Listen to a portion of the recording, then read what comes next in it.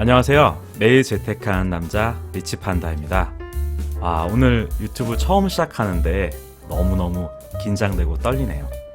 하지만 여러분 곁에 항상 함께하기 위해서 제가 이렇게 용기 냈습니다. 저는 여러분께 재미있는 부동산 뉴스를 브리핑 해드릴 거고요. 그 안에 감추어져 있는 숨겨진 투자적 인사이트를 여러분한테 알기 쉽게 하나하나 설명드릴 예정입니다. 여러분 기대되시죠? 저와 함께 부동산 전문가 그리고 멋진 투자자로 함께 성장하셨으면 좋겠습니다. 자, 그럼 첫 번째 뉴스 브리핑 시작해 볼까요? 네. 자, 여러분, 저는 여러분의 부동산 공부가 습관이 되는 그날까지 제가 함께 할 거예요. 부동산 투자를 하려고 하는데 지금 하는 게 맞을까? 너무 오른 것 같아. 걱정도 되시고 왠지 쫓기듯이 다른 사람들이 좋다라고 하니까 그냥 사시는 분들도 계시고 그런 분들이 많으세요. 근데 여러분이 투자를 하실 때 마음을 어떻게 먹느냐에 따라서 되게 다른데요. 여러분이 공부가 잘 돼 있고 여러분의 실력이 많이 상승되어 있다고 하면은 부동산을 매수하는 그 순간에 너무 행복하고 설레일 수 있습니다. 어떻게 그럴 수가 있냐고요? 너무 쉬워요. 지금 여기 보이시는 판다처럼 여러분은 그저 매일매일 저와 함께 귀로 듣고 그리고 눈으로 영상을 보시면서 꾸준히 공부를 함께 하시기만 하면요. 돈이 여러분 곁으로 함께 할 거라고 감히 말씀드릴 수 있습니다. 자, 오늘 첫 번째 기사인데 22년 4월 4주차 주간 아파트 동향이 나왔습니다. 한국부동산원 통계로 나온 건데요. 리치판다의 첫 번째 부동산 뉴스 브리핑이 한국부동산원의 내용이네요. 이쯤이면 한국부동산원에서 저한테 감사해야 되는 거겠죠? 네. 자, 그러면 시작해 보도록 하겠습니다. 자, 미라클 머니 시작합니다. 자, 여러분 한국부동산원이나 KB 시세를 통해 가지고 주간 뉴스 그러니까 시세 관련된 부분들을 많이들 접해 보셨을 거예요. 근데 여러분 어떤 식으로 접하시나요? 유명한 블로거, 유명한 유튜버 분들이 쓰신 것들을 보시는 경우도 있을 거고 아니면 기사에 담겨 있는 그런 발췌되어 있는 서초 몇 % 올랐다, 거래량 늘어났다 이런 식으로 단편하게끔 편집되어 있는 형태의 기사들을 많이 접해 보셨을 텐데요. 여러분이 부동산 투자를 공부하시려고 한다면요. 반드시 보도자료 원문을 보시는 것을 추천드리겠습니다. 자, 어떻게 보시냐면요. 네이버에서 한국부동산원을 검색하신 다음에 이렇게 들어가시면요. 보도자료가 있어요. 이 보도자료를 클릭해 보시면 이렇게 언론화되는 기사들에 대한 보도자료가 나오는데 지난주에 이어서 오늘 4월 25일자 기준에 주간 아파트 가격 동향이 올라온 걸 확인하실 수 있을 겁니다. 들어보면 이렇게 나오는데요. 한 가지 말씀드리면 주간 아파트 가격 동향은 이 공공기관인 한국부동산원에서도 발표가 되고요. 매주 목요일 날이요. 그리고 매주 금요일 날에는 KB에서 민간 기업이 또 발표를 하고 있습니다. 많은 투자자분들 같은 경우에는 KB 시세를 더 선호하고 있어요. 왜냐하면 시장의 에너지를 조금 더 적나라하게 드러내고 있기 때문이죠. 한국부동산원은 아무래도 공공기관이다 보니까 조금 친정부적인 성향을 띠고 있고 가격에 대한 변화폭이 매우 더디게 보여주고 있어요. 그러다 보니까 매매 가격 지수 변동률 이런 걸 보면은 솔직히 말하면 좀 재미가 없습니다. 지금도 보시면 전주 대비 0%, 전국이 0%, 수도권이 0.01% 똑같죠. 지방만 약간 떨어진 거 0.00으로 완전한 보합을 이룬 거 말고는 변화된 게 없어 보여요. 하지만 제가 이 부동산원의 통계당을 매주 관심 갖고 지켜보는 이유는 뭐냐면요. 어떻게 보면 친정부적인 성향을 띠고 있는 이 한국부동산원의 통계가 상승을 나타내거나 반등을 한다거나 이런 변화를 준다라고 했을 때는 정말로 유의미한 데이터이지 않을까라는 생각이 들어서입니다. 자, 자세히 한번 볼게요.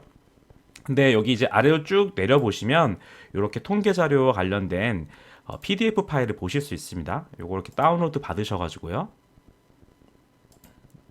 자, 받았죠? 그리고 이렇게 열어보시면 17페이지짜리 원문을 보실 수가 있어요. 그래서 하나하나 좀 보시면 되는데 오늘은 시간 관계상 제가 다 말씀드리진 않겠지만 보셨을 때 기본적으로 지금 대구랑 세종시장이 가장 관심이 많죠. 대구는 전주 대비 동일하게 0.15%가 빠져 있는 상황이고요. 세종은 낙폭을 키웠습니다. 0.16%가 하락하고 있고요. 반면에 상승하고 있는 지역 같은 경우에는 대부분 공시지가 1억 이하짜리 물건들이 좀 사랑을 받고 있죠. 강원, 충북, 전북, 경북, 경남 그동안 조금 더디게 올랐던 지역들이 약간 이제 키 맞추기를 하면서 상승폭을 계속 유지하고 있는 거라고 보시면 될 것 같아요. 수도권 같은 경우에는 서울과 보합이 되고 있고요. 인천은 0.02 하락, 경기는 0.01 하락을 하고 있습니다. 자, 여기서 우리가 좀 보셔야 될 것 같은 경우에는 서울이 보유세 가산일을 앞둔 급매물이 출현했다라는 표현을 쓰고 있는데요. 요거 아시는 분들이 대부분 많으시겠지만 모르시는 분들에서 말씀을 드리면은 이 보유세 가산이라고 하는 거는 6월 1일 기점에 부동산을 누가 갖고 있었냐, 6월 1일 단 하루에 누가 갖고 있었냐에 따라서 1년치에 대한 세금을 납부하는 주체가 결정이 되는 거예요.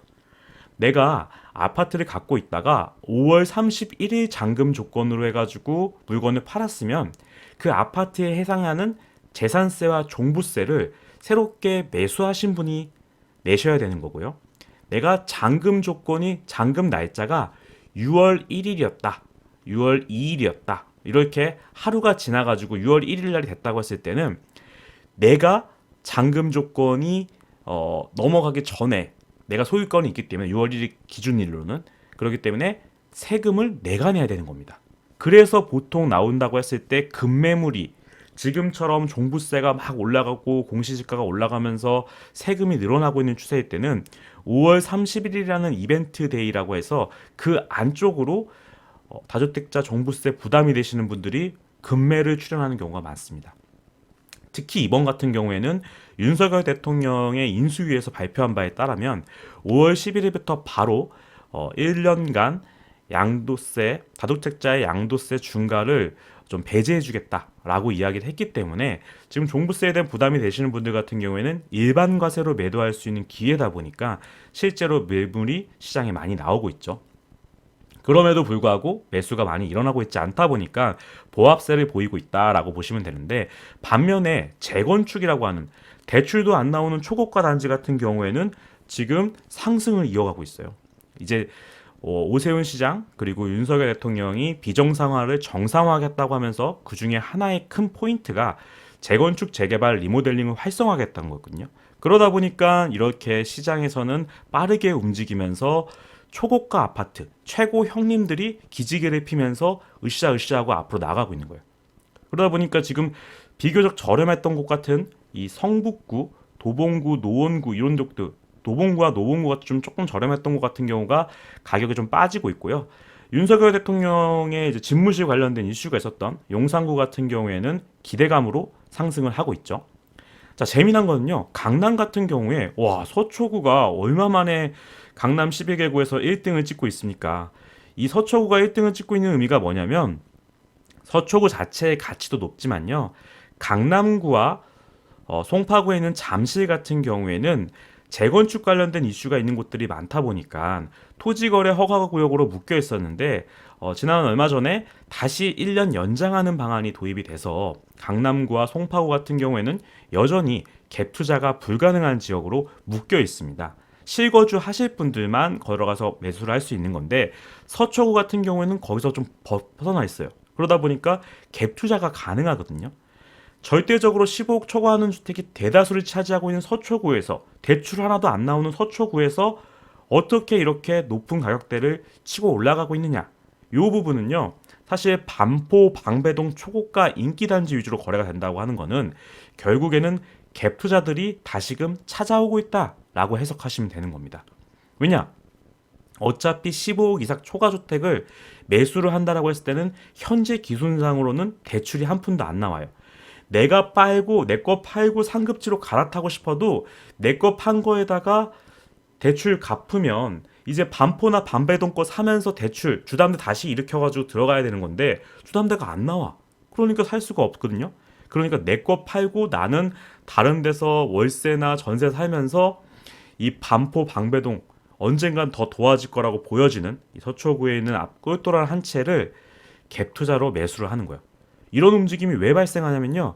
이번 인수위에서 발표한 정책에 따르면은 15억으로 대출 금지했던 부분을 18억 내지 20억으로 좀 상향시켜 주겠다. 이런 식으로 꽉 막혀 있던 15억 대출 금지가 조금씩 풀릴 것으로 기대가 되고 있기 때문입니다. 그렇기 때문에 언젠가는 내가 들어갈 수 있겠지라는 기대감을 갖고 먼저 들어가신 분들이라고 보시면 되고요. 그래서 이제 강남 쪽도 이제 움직이고 있고 형님들이 움직이면은 동생들이 따라 움직이기 때문에 관심 갖고 앞으로 서울의 흐름을 지켜보셔야 될 것 같아요. 반면에 이제 인천도 떨어지고 있고 뭐 하고 있는데 경기 같은 경우에는 오랫동안 주목받고 있는 이천시가 있어요. 이천시는 왜 이렇게 올라가고 있을까요? 여러분들이 아셔야 되는 게 이천시 같은 경우에는 뭐 반도체 K벨트에 해당하는 하이닉스가 있는 반도체 공장이 있어서 핫한 부분도 있겠지만 이 판교라고 하는 서울 저리 가라는 오피스 밀집 지역이자 인기 지역인 그 판교에 대한 접근성이 그래도 뛰어난 부분이 있는 곳이에요. 근데 그럼에도 불구하고 비조정 지역으로 아직까지 남아있다. 그래서 좀 매력도가 계속 높아지고 있는 겁니다. 왜냐면 판교에서 전세 매매는 엄두도 안 나니까 전세 살고 있는 사람들 중에서 그래도 출퇴근으로 대중교통 타고 1시간 내로 판교로 갈 수 있는 지역들을 찾아보다 보면은 이천시 같은 경우에는 여전히 다른 지역의 전세 가격으로 이천시를 매수할 수 있기 때문에 투자 수요가 많이 몰렸고요. 실거주 수요가 많이 몰렸고요. 투자 수요도 많이 몰렸습니다. 거기다가 LTV 레이싱 대출도 많이 나오기 때문에 사회 초년생이나 신혼부부들 같은 경우에도 이천시에서는 내 집 마련이 가능하기 때문에 그런 움직임을 보였다고 보시면 되고요. 자, 여기 좀 핫하죠? 성남 분당구와 고양 일산 동구는 1기 신도시 관련된 이벤트가 있는 지역이에요. 매일매일 뭐 4년 뒤에 중장기 계획이다. 1기 신도시 당장 추진 안 할 거다. 아니다. 우리 추진할 거다. 이런 식으로 인수위 내에서도 매일 발표를 정정할 정도로 사실 시장의 뜨거운 감자입니다.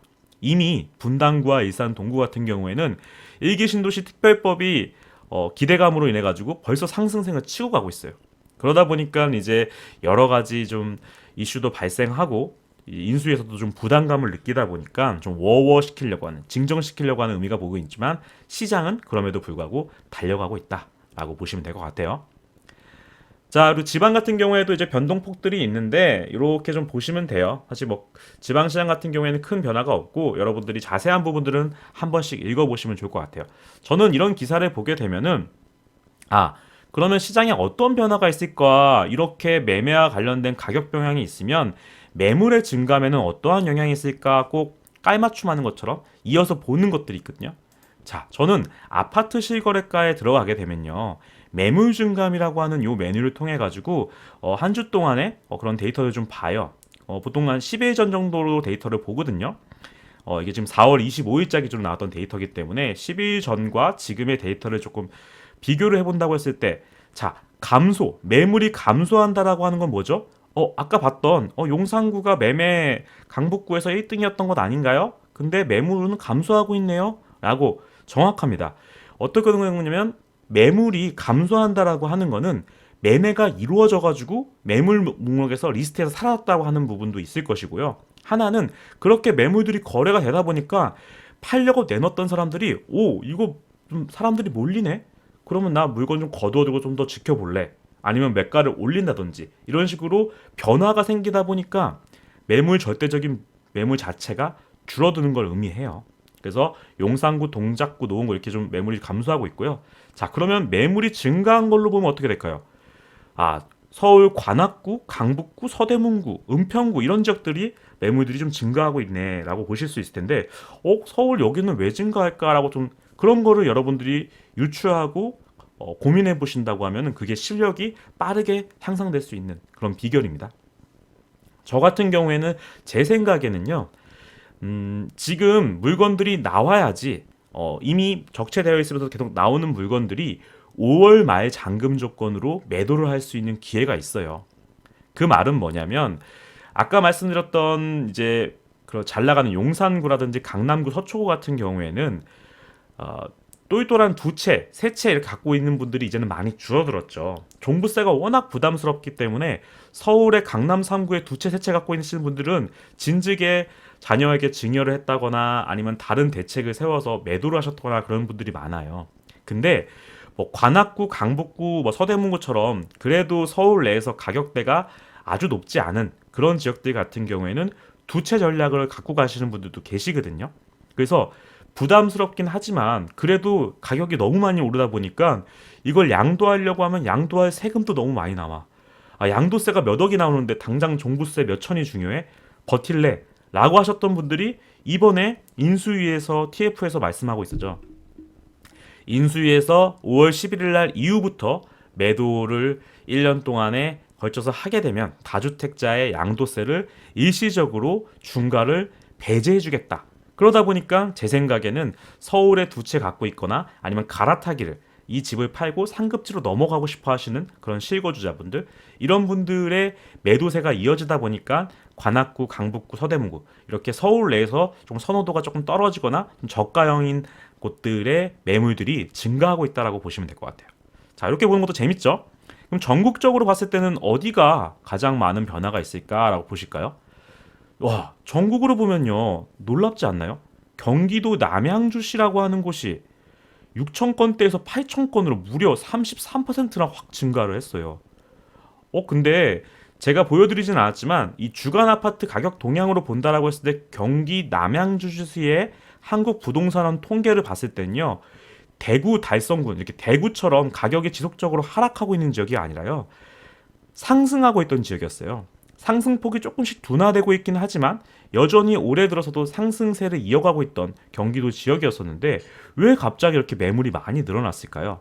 그거를 조금 궁금해하시고 들여다보시려고 하는 그런 움직임이 있어야 됩니다. 자, 보시면 자세히를 눌러보시니까 경기도 남양주 내에 있는 와부읍, 평내동, 별내면, 진건읍, 진전읍, 화도읍 이런 것들이 나오죠. 뭔가 좀 이상하지 않으세요? 남양주 시면 시, 동 이렇게 나와야 되는데 여기는 왜 이렇게 읍이랑 면 이런 지역들이 많이 들어가 있지? 라는 생각을 갖고 계셔야 됩니다. 그러면 뭐냐? 우리가 여러분이 기억하시고 계시는 분들이 있을지 모르겠지만 공시지가 1억 이하가 테마가 형성돼가지고 핫했던 이유는요, 공시지가 1억 이하 물건을 샀을 때 다주택자도 취득세를 1.1%만 납부하면 되기 때문에 12.4%냐 1.1%냐 싸움에서 절대적으로 유리했기 때문에 테마가 형성됐던 거예요. 근데 지금 이렇게 보신다고 했을 때 양도세와 관련된 부분으로 봤을 때는요, 또 하나의 테마가 있는데 이런 경기도 내에서도 수도권 내에서도 읍면 지역 같은 경우에는 기준 시가가 3억을 초과하지 않은 3억 이하인 것들을 매도할 때는 양도세를 일반 과세로 매도할 수 있습니다. 그렇기 때문에 기준 시가는 이제 공시지가와 맞물려고 있는데 이 공시지가가 그러면은 어느 정도 되느냐에 따라서 3억을 넘어가는 순간부터는 양도세 중과 대상이 되고요. 3억을 안 넘는 순간에는 그냥 일반 과세로 팔 수가 있는 거예요. 그러다 보니까 읍면지역 같은 경우에는 공시지가 1억 이하짜리와 취득세가 이제 영향을 주기 때문에요. 왜냐하면 공시지가가 1억보다 아래에 있을 때는 매매를 진행을 하게 되면은 이제 취득세 1.1%잖아요. 그 부분과 공시지가 3억 이하일 때 그 부분이 같이 맞물리다 보니까 이런 경기도에 있는 읍면 지역들은 거래량을 많이 늘어나고 그에 따라서 이미 수익을 본 사람들의 물건도 많이 나온다고 보시면 돼요. 자, 한번 볼까요? 또 자세히 한번 볼까요? 거기 중에서도 31%나 늘어나고 있는 게 경기 남양주시에 있는 와부읍에 있는 현대아파트라는 곳이네요. 이 현대아파트 같은 것도 한번 클릭해 보시면은 여기 남양주 와부읍에 위치해 있는 이런 아파트예요.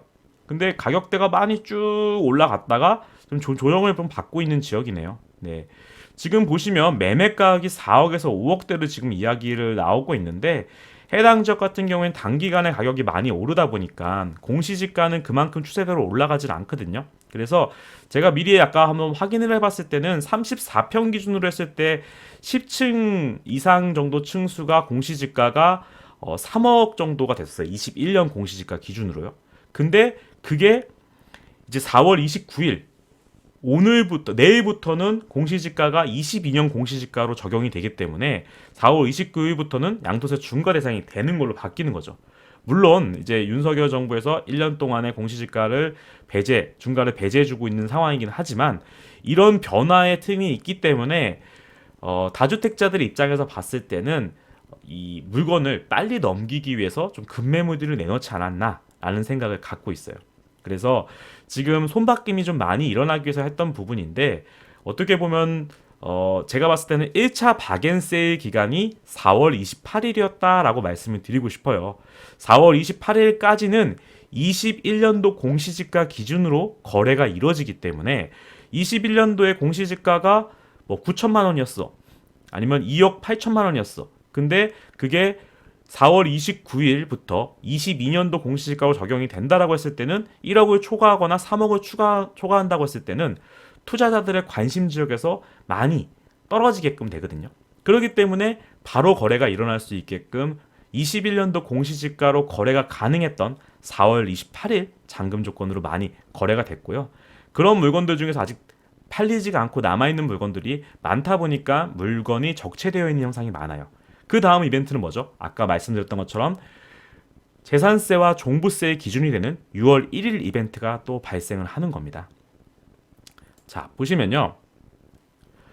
아까 말씀드렸던 것처럼 나와 있는 부분에서 전국 공동주택 공시가격이 오늘 이제 기사 나온 거예요. 보시면은 그동안 5% 4%대 내려가고 있다가 고만고만 했다가 21년도부터 두 자릿수대로 확 올라갔고 이번에도 17%대로 조금 떨어지긴 했지만 높은 수준입니다. 예, 이 말인즉 공시지가 21년 기준으로 1억이랑 3억 이하였던 것들이 대거 그 기준을 초과할 가능성이 높아지다 보니까 4월 28일 잔금 조건으로 거래가 많이 늘어났다고 해석을 하시면 될 것 같아요. 자, 여기서 제가 조금 더 주의 깊게 보고 있는 데이터는 뭐냐면요. 여기 돈 되는 데이터입니다. 여러분 조금 저의 생각을 같이 한번 읽어봐 주세요. 서울, 경기 아파트 거래량 추이라고 하는 기사가 나와 있는데요. 여기도 보시면 4월 27일자 기준, 어제 기준자로 나와 있는 거였는데 그날 계약일 기준으로 했을 때 서울이 마침내 5개월 만에 거래량이 상승 추세로 전환됐다라고 이야기를 하고 있는 기사들 좀 보셨나요? 네, 그런 기사들이 되게 많이 나왔는데 그동안 쭉 물량이 동결되면서 거래량도 갖추지 않으면서 매가가 더 떨어지고 있던 3박자를 갖추면서 하락하고 있었는데 갑자기 이제 윤석열 대선 후보가 대통령으로 당선된 이후에 서울과 경기 아파트에 대한 관심도와 거래량이 늘어나고 있어요. 자, 이 부분은 제가 두 가지로 해석해 드릴 거예요. 첫 번째 건은 경기도 같은 경우에는 3,400건대에서 5,700건으로 진짜 큰 폭으로 상승을 하고 있잖아요. 이 큰 폭으로 상승한 것의 의미는 아까 제가 방금 전 직전에 말씀드렸던 것처럼 공시지가 1억 3억과 관련된 이벤트가 곧 종결될 예정이기 때문에 빠르게 거래를 진행하기 위해서 추진했던 거라고 보시면 돼요. 그래서 투자자에서 투자자로 자연스럽게 전환시키거나 투자자의 물건을 실거주자가 받아주는 형태로 해가지고 움직임이 있었던 거라고 보시면 됩니다. 그런 이벤트성 이벤트였다고 하면은 반면에 서울은 어떻죠? 서울은 이미 공시지가 1억, 3억 이런 거 아무짝에도 쓸모가 없잖아요. 이미 저 높은 곳에 있기 때문에 그런 거에 영향을 안 받고 있어요. 근데 서울이 800건대에서 1,400건으로 이렇게 상승했다라고 하는 건요. 철저히 윤석열 대통령의 시대에 대한 기대감이 반영된 겁니다. 지금 서울에서 다주택자분들이 서울 물건을 매수를 할까요? 그렇게 매수를 할 수 있는 물건은요. 어떤 물건이냐면 이제 주택, 빌라, 오피스텔 뭐 이런 것들은 매수가 가지만 여러분 지금 보고 계시는 통계 자료는 아파트 거래량의 추이입니다. 다주택자도 취득세가 부담스러워. 취득세만 몇 억을 내야 되는 거를 어떻게 삽니까? 못 사요. 근데 한 가지 재미있는 거는 그동안 무주택자분들 안 사셨어요. 왜냐? 가격이 떨어지고 있으니까 안 샀는데 이제는 뭔가 기대감에 들어서 이거는 다주택자가 산 게 아니라 1주택자 갈아타기거나 무주택자가 매수에 동참하게 된 겁니다. 그래서 거래량이 늘어난 건데 중요한 부분은 뭐냐면 윤석열 대통령의 공약 중에서 LTV 관련된 부분들 이런 것들이 지역별 조정, 투기, 뭐 비조정으로 차별화되어 있는 부분들을 단일화 시켜가지고 뭐 70% 정도까지 대출을 받을 수 있게끔 해주겠다라는 것도 있었고요. 생애 처음 주택을 매수하는 사람에게 대해서는 취득세 자체를 면제구나 아니면 1.1% 단일 세율로 납부할 수 있게끔 해주겠다. 뭐 이런 식으로 지금 무주택자이신 분들한테는 혜택을 많이 주고 있고요. 앞으로 줄 예정이었고요.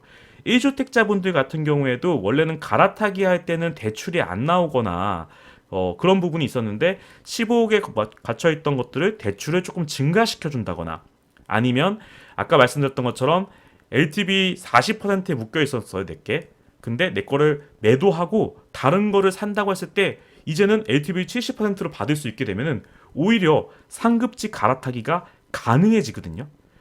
그건 중요한 거는 그건 미래예요. 지금 그런 이벤트가 아무것도 일어나고 있지 않은 상황임에도 불구하고 사람들은 매수에 동참하고 있다는 겁니다. 이게 정말로 어떻게 보면 두렵기까지 한 거예요. 이런 추세가 이어진다고 하면은 앞으로 금리가 지금 인상도 되고 있는 상황인데도 이런 상황이라고 하면 정부가 이제 뭐 주거의 사다리를 복원해 주겠다고 해가지고 대출도 해주겠다고 하고 심지어는 다주택자한테 임대사업자 제도를 통해 가지고 주택을 임대사업자 등록을 하면 그와 관련돼서 종부세 합산 배제해주고 나중에는 양도세도 좀 절약할 수 있게끔 해주겠다.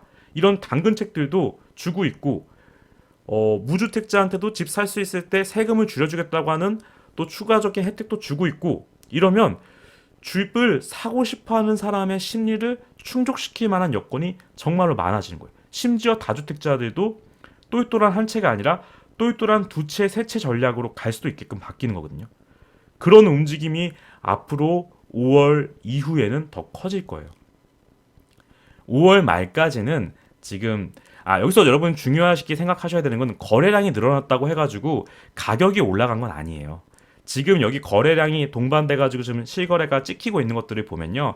강남 그리고 재건축과 관련된 이벤트가 발생한 누가 봐도 기대감이 증폭되어 있는 것들은 신고가로 거래가 되지만 대부분 지금 거래가 되고 있는 것들은 직전 21년 그 7, 8월 때 그때 한창일 때보다 한창 거래량이 끊겼는데 그때보다 훨씬 좀 저렴한 가격에 급매물들이 나오는 것들이 거래가 성사되면서 거래량이 늘어난 겁니다. 그래서 지금은 어떻게 보면 세일 기간에 누군가가 매수를 하는 거고요. 이 5월 말이 끝나게 돼가지고 갑자기 다주택자분들이 팔려고 노력을 했다가 못 팔았어. 어차피 6월 1일이 돼가지고 내가 1년치 세금을 내야 되는 상황이 와버렸어. 그럼 이분들 입장에서 봤을 때는 주택을 바로 매도하기보다는 내가 이로 인해 가지고 손실을 봤던 내가 내야 되는 종부세라든지 재산세를 합한 금액만큼 이제는 덧붙여 가지고 세일 가격이 아니라 프리미엄을 올려서 받는 그런 매도 전략으로 포지션이 바뀔 수도 있어요. 그렇게 뭐 살려면 살고 말려면 말고 뭐 이런 식으로 태세가 전환된다는 겁니다.